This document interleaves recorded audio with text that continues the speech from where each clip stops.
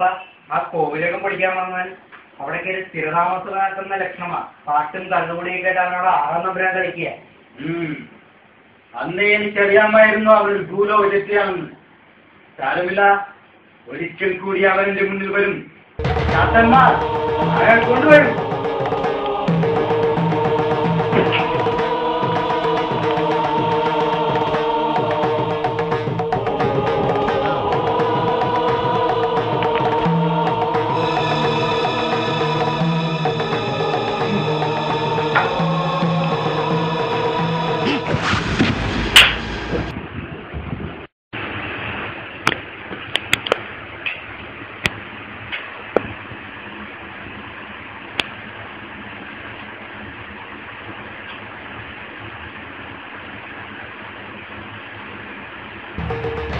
കൈകിട്ട ആയുധവും വാവിട്ട വാക്കും തിരിച്ചെടുക്കാൻ പറ്റില്ല.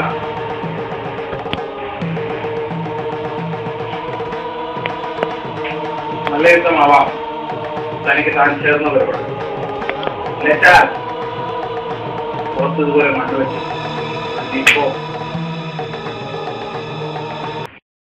എന്താ താൻ കോവിലകം പൊളിക്കില്ലെന്നുണ്ടോ? ക്ഷണിക്കണം. അതിപ്പോ എങ്ങനെ വേണമെന്നാണ്.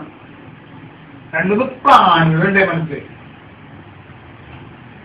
ലേബർക്കാരുടെ കൂടുതലായതുകൊണ്ട് കോലം ബോംബൊക്കെ പൊളിച്ചല്ലോ എന്നറിയാം. അതോ മലപ്പുറത്ത് നല്ല സാധനം കിട്ടും, കാശും കൂടുതലാവില്ല. ഇല്ലക്കാ പുരക്കെങ്ങ് തീ കൊടുത്താലോ?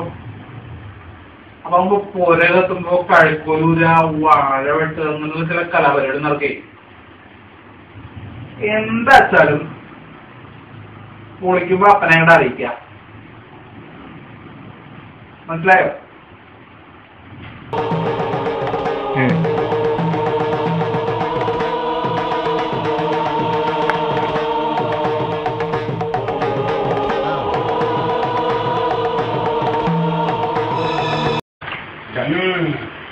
എനിക്കപ്പോഴേ തോന്നി അവൻ വഴിതെറ്റി വന്നവനല്ല എന്ന്. പക്ഷേ എന്നെ തോൽപ്പിച്ച ആറാം തമ്പുരാനായി ജീവിക്കാമെന്ന് ആഗ്രഹം വേണ്ട. കാഴ്ച പോയി ഈ കണ്ണു കണ്ടു.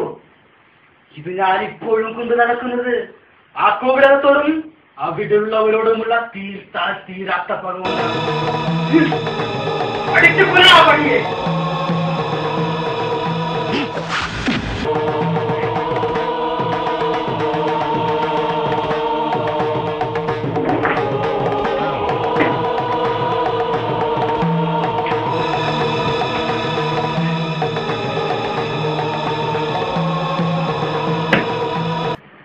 തമ്പുരാനെന്ന് വിളിക്കുന്ന ആളുകൊണ്ട് തന്നെ തെറ്റേന്ന് വിളിപ്പിക്കരുത്. ഇടഞ്ഞ കൊമ്പന്റെ കൃഷ്ണമണിയിൽ തോട്ടികേറ്റി കളിക്കാൻ നിന്നാൽ ചവിട്ടി താഴ്ത്തും ഞാൻ. ഓർമ്മത്തിലേക്ക്